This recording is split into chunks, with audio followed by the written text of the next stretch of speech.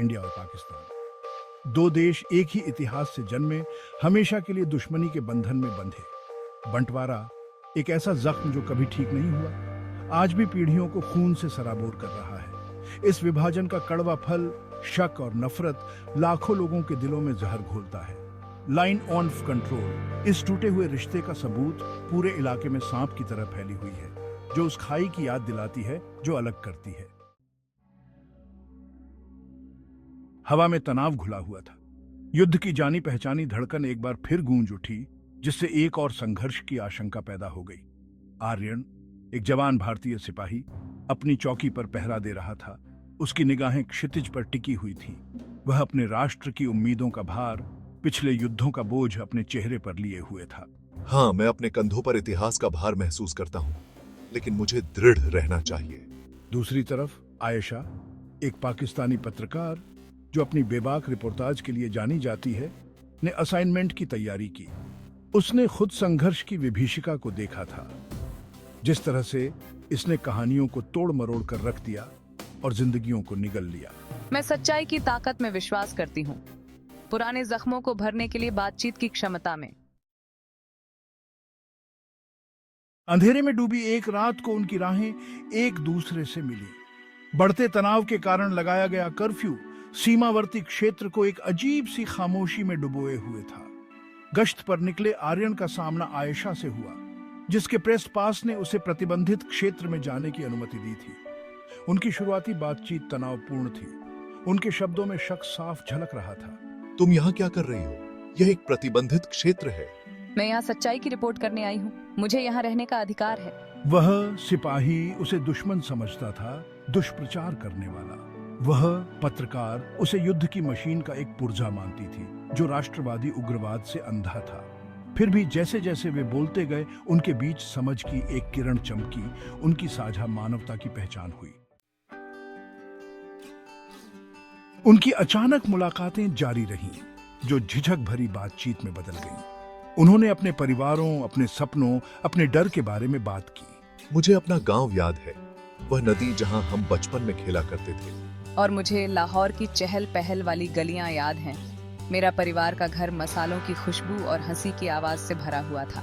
उन्होंने कविता के प्रति, उस संगीत के प्रति एक साझा प्रेम की खोज की जो सीमाओं से परे था। धीरे धीरे, सावधानी से दोस्ती का एक नाजुक पुल बनने लगा, जो सहानुभूति और शांति की साझा इच्छा पर बना था। शायद, बस शायद, हम एक दूसरे को समझने का कोई रास्ता खोज सकते हैं। हाँ, शायद एक बेहतर भविष्य की उम्मीद है, साथ मिलकर।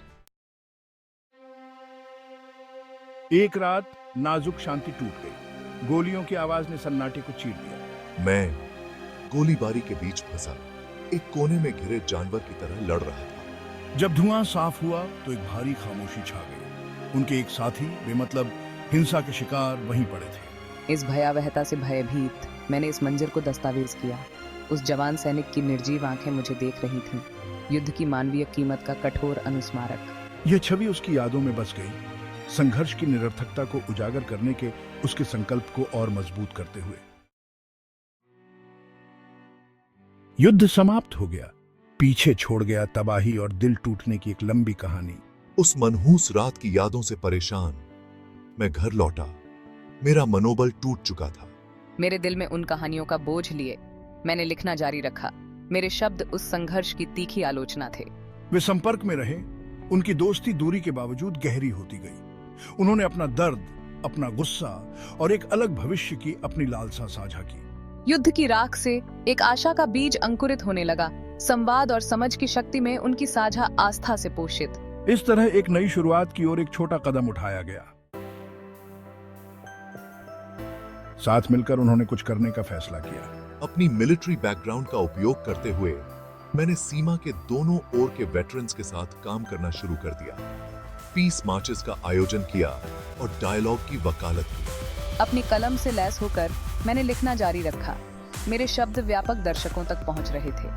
मैंने संघर्ष से अलग हुए परिवारों, अपने अनुभवों से जूझ रहे सैनिकों और एक बेहतर भविष्य के लिए प्रयास कर रहे शांति कार्यकर्ताओं का साक्षात्कार लिया। उनके प्रयासों को हालांकि कट्टरपंथियों के प्रतिरोध का सामना करना पड़ा, लेकिन कई लोगों ने उनका समर्थन किया। उनका संदेश शांति और सुलह का नफरत की बयानबाजी से ऊपर उठकर अंधेरे में उम्मीद की एक किरण पेश करता था। उनका काम किसी से छिपा नहीं था। अंतर्राष्ट्रीय संगठनों ने उनके प्रयासों से प्रेरित होकर समर्थन की पेशकश की। एक शांति सम्मेलन का आयोजन किया गया जिसमें भारत और पाकिस्तान दोनों देशों के प्रभावशाली लोग शामिल हुए। आर्यन और मैं, हमारे चेहरे पर अतीत के निशान तो थे, लेकिन हमारी आंखों में उम्मीद की चमक थी। एक साझा भविष्य के प्रतीक के रूप में कंधे से कंधा मिलाकर खड़े थे। उनके शब्द जो सम्मेलन हॉल में गूंज रहे थे, उनके अनुभवों का भार, क्षति की पीड़ा और शांति की संभावना में अटूट विश्वास को दर्शाते थे। आगे की राह कठिन थी, चुनौतियों से भरी हुई। वर्षों के अविश्वास और दुश्मनी को रातों रात मिटाया नहीं जा सकता था। फिर भी एक नई बातचीत शुरू हुई थी। एक नाजुक समझ जड़ जमा रही थी। हिंसा के अंतहीन चक्र से थके हुए दोनों तरफ के लोग एक ऐसे भविष्य की उम्मीद करने लगे जहां उनके बच्चे शांति से रह सके। आर्यन और मैं, हमारा बंधन अटूट अपना काम करते रहे। हमारे प्रयासों को इस विश्वास से बल मिला कि सबसे गहरी घृणा को भी दूर किया जा सकता है। सीमा, जो कभी विभाजन का प्रतीक थी, बदलने लगी। सांस्कृतिक आदान प्रदान, व्यापार समझौते और लोगों से लोगों के बीच संपर्क ने अविश्वास की दीवार को कमजोर कर दिया। गोलियों की गूंज की जगह बच्चों की हंसी, संगीत की धुनों और बातचीत की गुफ्तगू ने ले ली। यात्रा अभी खत्म नहीं हुई थी, लेकिन साहस के हर कार्य के साथ, सद्भावना के हर इशारे के साथ एक शांतिपूर्ण भविष्य का सपना, एक ऐसा भविष्य जहां केवल क्रिकेट के मैदानों पर ही लड़ाइयां लड़ी जाएं और जहां केवल दोस्ती और समझ की ही रेखाएं पार की जाएं, हकीकत के करीब आता गया।